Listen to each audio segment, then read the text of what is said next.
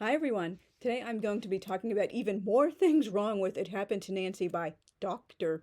Beatrice Sparks. I mean, there are just so many things wrong with this book. Upon my this is the fourth time I am reading it. I just had to make it into an entire series, and future installments will include the medical misinformation and outdated information, mostly in the back matter, in a really disgusting scenario where Nancy is terrified she will give her darling mommykins AIDS because they both have absolutely disgusting personal hygiene, and why the whole scenario with her like so-called relationship with Colin and the violent rape it culminates in, or just none of that is absolutely none of that is like realistic. It seems more like a convenient plot device to, give her aids and teach an after-school special lesson disguised as like Mormon propaganda. Just so many things. So let's just start getting down with it.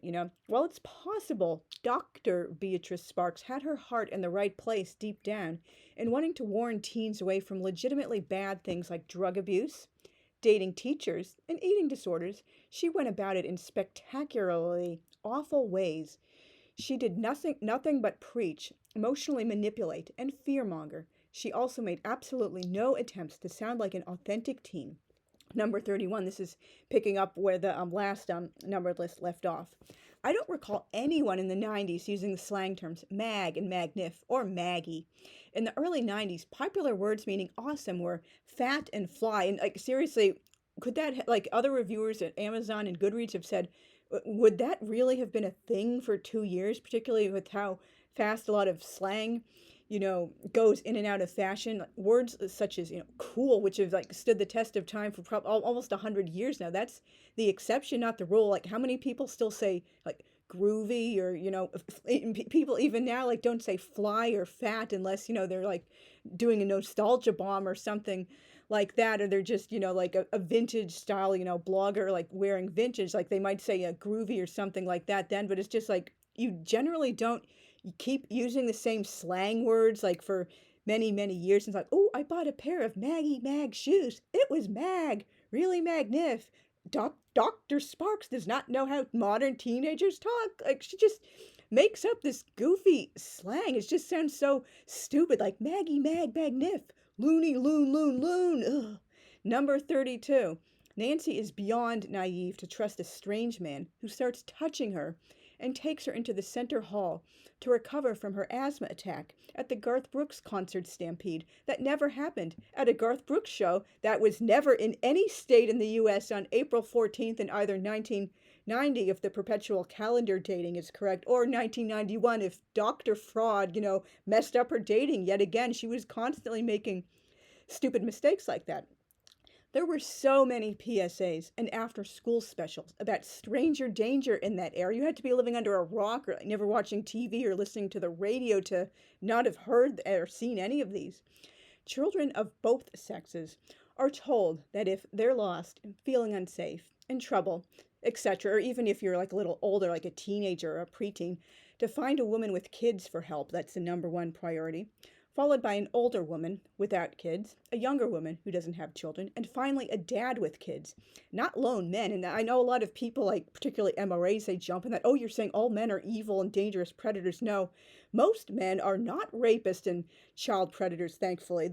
But most predators and rapists and like child abusers and such are men. You have to learn the difference between what those two statements mean. And of course, if a man comes to your help, you're not going to like refuse. For example, one night when I was driving home, it was like I think 1 a.m. or something, and I had some like car trouble.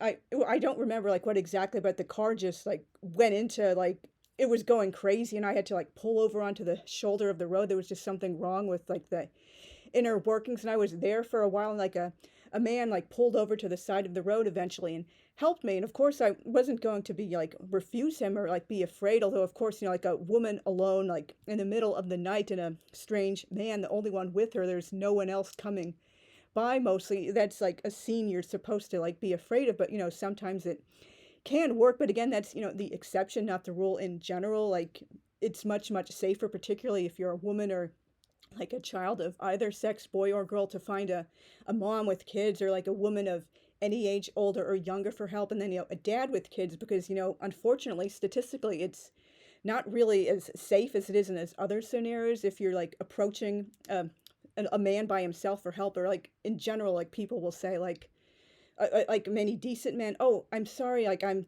going to find a woman to help you, but I'm going to do, whatever right now, but I'm going to let the woman like do most of the help if you're like passing out in public, because, I know what this can look like. And there's also the saying, good men stand up, so bad men stand out. So, for example, like a creep doing something he shouldn't be, like, like, for example, a lot of men are speaking up against this like stupid, gross, creepy trend of like making all these bathrooms unisex, sorry, not sorry. And they're like saying, oh, I felt so uncomfortable when I realized this was unisex. And I know the little girl or the old woman or women of any age will look at me like a creep or be freaked out. So I just finished quickly and just rushed out, or, we all looked apologetic, because that's a good man standing up. So bad men stand out. So, rant over. I know that's a whole subject for a whole other video. Number 33. Are we supposed to believe a girl having an asthma attack at a concert would go completely unnoticed, even when she's shouting for help, and cops are there to break up the stampede? And that whole scenario, as I mentioned in the beginning, it's completely unrealistic. Like, how would like a scuffle in the row in front of them like spread out into the row behind where like Nancy and her gaggle and one of the aunt of one of her friends are sitting? That none of this scenario makes absolutely any sense, but I'll get into that in more detail in a future video. Number 34. Or that she'd immediately trust the strange man who rubs her back without invitation and takes her alone into a sparsely populated part of the hall. I mean, that's a stranger danger city. Like, who knows what he's going to do with you? How convenient she feels like they have an instant connection and have known one another forever. That's one of Sparks's pet tropes. Number 35. Nancy always felt uneasy with boys, but the adult man is somehow magically special and different. I call BS every time a character who's totally uninterested in dating instantly has her head turned by a grown man who in all likelihood wouldn't be interested in a totally inexperienced teen. Or, the other scenario, of course, more likely, oh, he's just using her, or grooming her, or preying on her, oh, taking advantage, oh, she's never had a boyfriend or even gone out on a date before, she won't know what's creepy and what's not creepy, or what's, normal, or what people should, gradually ease into. Like, oh, if I want to start pushing for sexual stuff after only 3 dates, oh, she'll be so happy and excited she won't realize that's like really gross and creepy. Number 36. Are we supposed to believe no one ever told Nancy about the dangers of dating adult men, or how creepy it is when an adult man wants to date an underage girl? At 14, I thought even a 1-year age difference was gross, creepy, and suspicious, and that, stayed around for quite a while. But because that's normal at your age. It's supposed to protect you from being taken advantage of, or like, dating people you're not supposed to. And also, thinking sex is like weird and creepy. That also, protects you from getting into it before you're, old enough and start thinking about it in a whole different light. Number 37. Huge red flag when a guy you just met starts asking lots of questions about your parents. That's not normal first meeting conversation. Number 38. Who the hell is Caroline Tanner, the school counselor who gives an endorsement in the front matter? Another made-up person like Nancy's doctors, with the quote written by Sparks herself, and right here it says, it happened to Nancy may well be one of the most important books published for this generation of teenagers and their parents. Caroline Tanner, school counselor. Oh, that's convenient. There's no, like, qualifications. Does she have a PhD, a doctorate of psychology? Like, what particular school does she work at? What are her other qualifications, titles, publications, anything? Like, I mean, Dr. Sparks, she made up every single doctor who endorsed every single one of her books. And this is a huge shocker. I mentioned in Rick Emerson's book, Unmask Alice, which I'm currently rereading. At the time of her death, they found like some works in progress in her possession, and surprise, surprise, even those like unfinished new books and ideas had more quotes by fake doctors she made up herself. This woman was just like an endless source of, fraud and making everything up. Number 39. The cab driver who takes Nancy home after she wets herself at the movies on her 16th birthday shows way more concern for her than anyone else did after she was raped. He assumes she was date dumped, a word I've never heard anywhere but this book, by the way, because she ran out of an alley covered in garbage, and urges her to go to a doctor and rape crisis center. He also tells her not to shower since the rapist can be identified by semen, which is like a fingerprint and it's different in everyone. I'm going to get into this more in a future video and blog post, but so many of the AIDS, like factoids sprinkled throughout this book feel like, the more you know, the NBC Rainbow, a PSA, an after school special. It doesn't feel like something a real person would naturally write in their journal, even if they're, I was diagnosed with, God forbid, cancer or something like that. And I'm going to, write down some definitions because I'm learning about that could be a bit believable, but more likely than not, you would just like sprinkle stuff you're learning throughout the book, or maybe not even go into detail. Like, again, like the medical so-called information is just like all over the place, and a lot of times it's just like dumped on the page. As you know, Bob. Number 40. Why is the Arizona time zone earlier than South Carolina's? Like a fail. And speaking of time, why do all of Sparks's characters always give the time at the start of an entry? Almost always, sometimes they don't. And when they come back to write more later in the day, how many published real diaries follow that custom? I've read a number of, real published diaries from historical figures and excerpts of them as well. Like, I don't remember any of them giving the time of day. I have never really done that myself. I'll write maybe later if I come back, or now that I'm almost always like writing with fountain pens, and I'll just, do a different color of ink or something to signify I came back, or maybe, it's 3 a.m. and I still can't sleep. I'm really upset about something or something like that. But how many actual diaries through history, they dutifully record the time or even the seconds? So 3:01 a.m. and 4 seconds, 2:37, like 1:15, 5:18, 10:28, like just that. Who keeps track of that and writes that down? And why is Nancy always writing in the middle of the night? And of course she only uses a nightlight to see by. Like, no wonder she gets an eye infection. I'll go into those things more in a future video and blog post. Number 41. It doesn't seem realistic for Nancy's friends to be so instantly supportive and understanding when she finally confesses she has AIDS after, she's pretending she's visiting her dad in Arizona because like she's sick, or she's just doesn't want to face like real life, or just hide away at home with mommykin. So, she's just going to lie to her friends. She pretty much lies or runs away every time she has a problem or she doesn't want to talk about something. They hug, cry, and cuddle, and the sexist, controlling, creepy, red flag dripping Lou, one of my least favorite fictional boyfriends ever, holds her hand tighter and tighter while asking repeatedly, "Why you? Why you? Why you?" Nancy doesn't say she got it from being raped, because Lou would be pissed to discover he wasn't dating a factory-sealed virgin. This dude is so fanatically pro-abstinence. It's creepy, and he doesn't even talk like a normal teenager. He sounds like, like a 70-year-old Mormon at their cult, like, general conference weirdness. It's a cruel reality of history that many people in the early 90s were quite unaccepting and nasty towards those with AIDS, going so far as to run people out of town, threaten them, kick kids out of school, and enroll their own kids in new schools. And Nancy does briefly mention that happening to Ryan White, but it's not like that totally ended, after he came to more public consciousness and people started realizing, it's not only gay men and drug users who get AIDS. Of course, it was not good at all to like discriminate or stereotype, but people started taking more awareness when they realized like anyone could get AIDS. It's not just a certain population that's been already like stigmatized and like mistreated, and there's a lot of prejudice against, it could be a nice white and delightsome bourgeois person in suburbia who innocently had, only had heterosexual sex, and her husband just had a blood transfusion because he had hemophilia. And they're nice people. So now you can think of AIDS as something you can actually care about, because people you actually know, instead of people on the outskirts of society you already hate and think are like going to hell, or, mostly getting AIDS. Number 42. Sparks sped through the story in all of 2 years because she couldn't be arsed to write a long, detailed book set over a much more realistic time frame for going from HIV to advanced AIDS. She'd also lose her teen audience if Nancy aged too much. Number 43. Sparks just had to pack in as many AIDS complications as possible for maximum fear-mongering and dramatic effect. You name it, Nancy gets it. Sparks was obviously looking at lists of health issues and sprinkling them all in frantically. Number 44.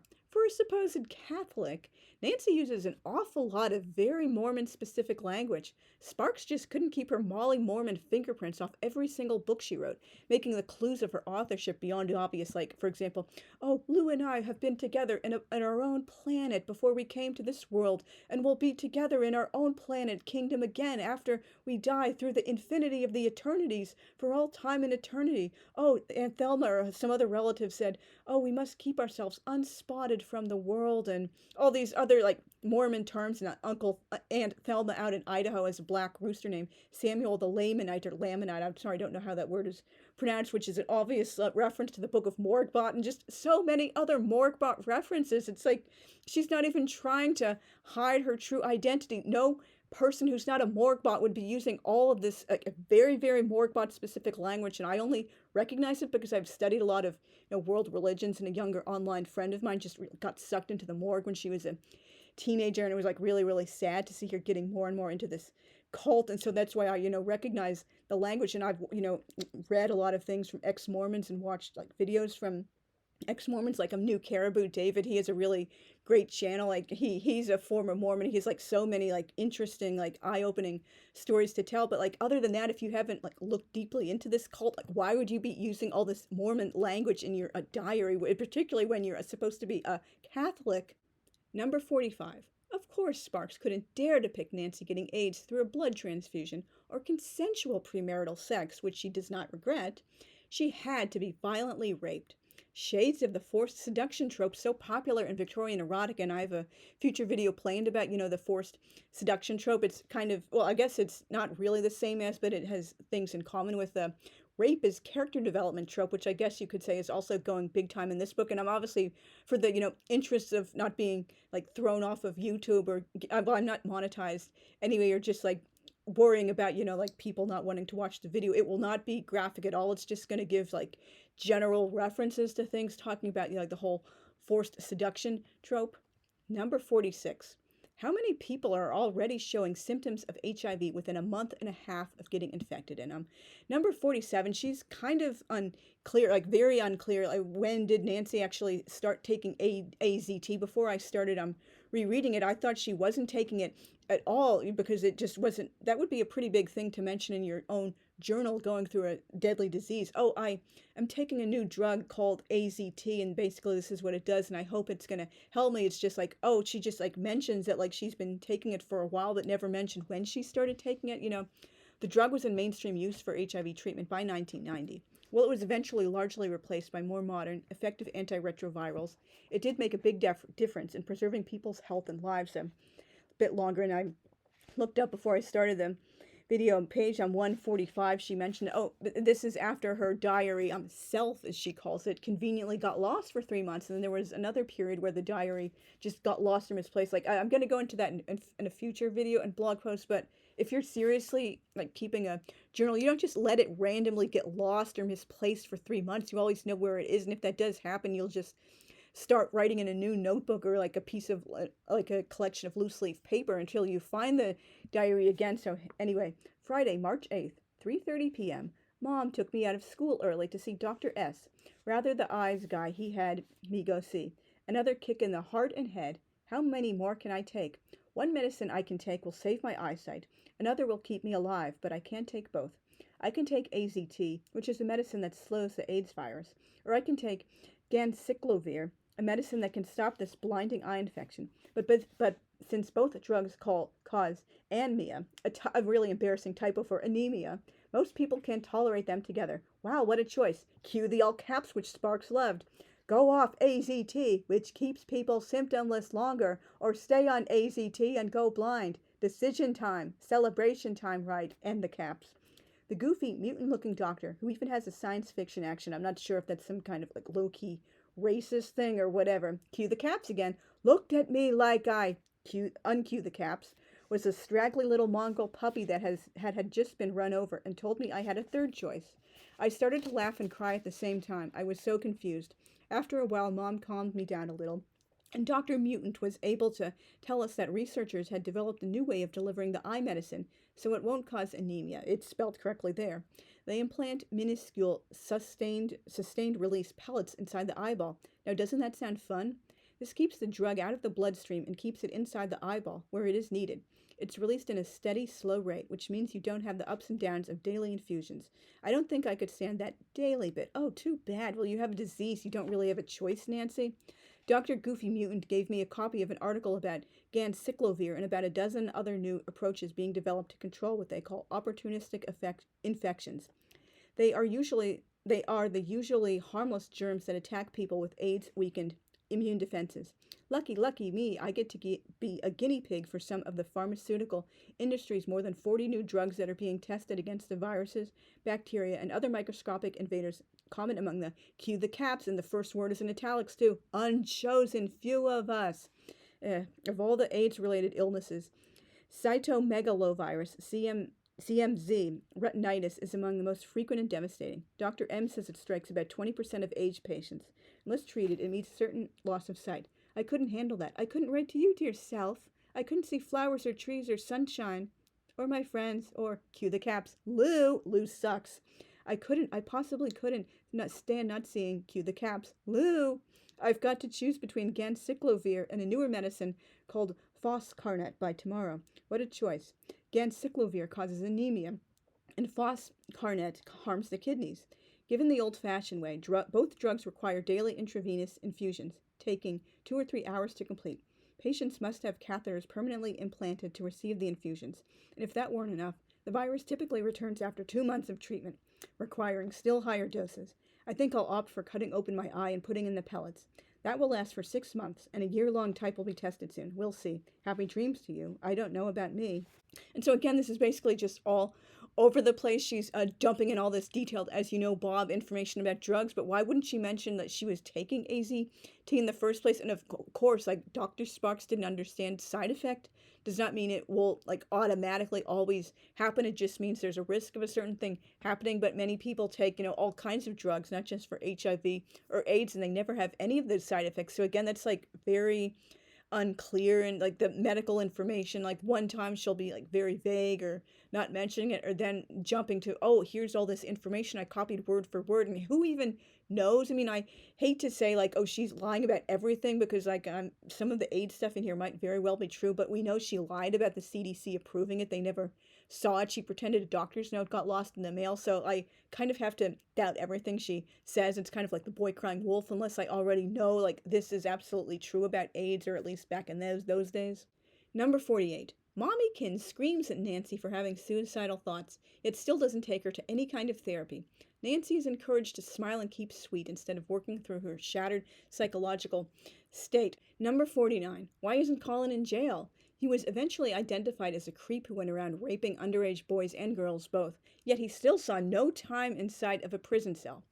Number 50 is so disgusting and unbelievable. I'm saving it for its own separate post and video. That's the very disgustingly specific scenario Dr. Fraud paints, where Nancy is terrified she'll live her precious, darling, sweetest mommykins who ever lived. AIDS, because they both have really gross, disgusting personal hygiene. Like, what was she telling on herself for being so disgusting in the bathroom and brushing her teeth? And I cannot wait to rip into that one on video. It's just so gross. It makes me hate this fraud even more. Thank you very much for watching all the way to the end. I'm looking forward to a whole bunch of more videos ripping apart this absolute garbage, including several videos which have their own like specific focus, such as I mentioned at the beginning, like the AIDS misinformation, the total implausibility of Nancy and Colin's relationship, the disgusting personal hygiene one that's coming up next, like so many other things I just cannot wait to rip into.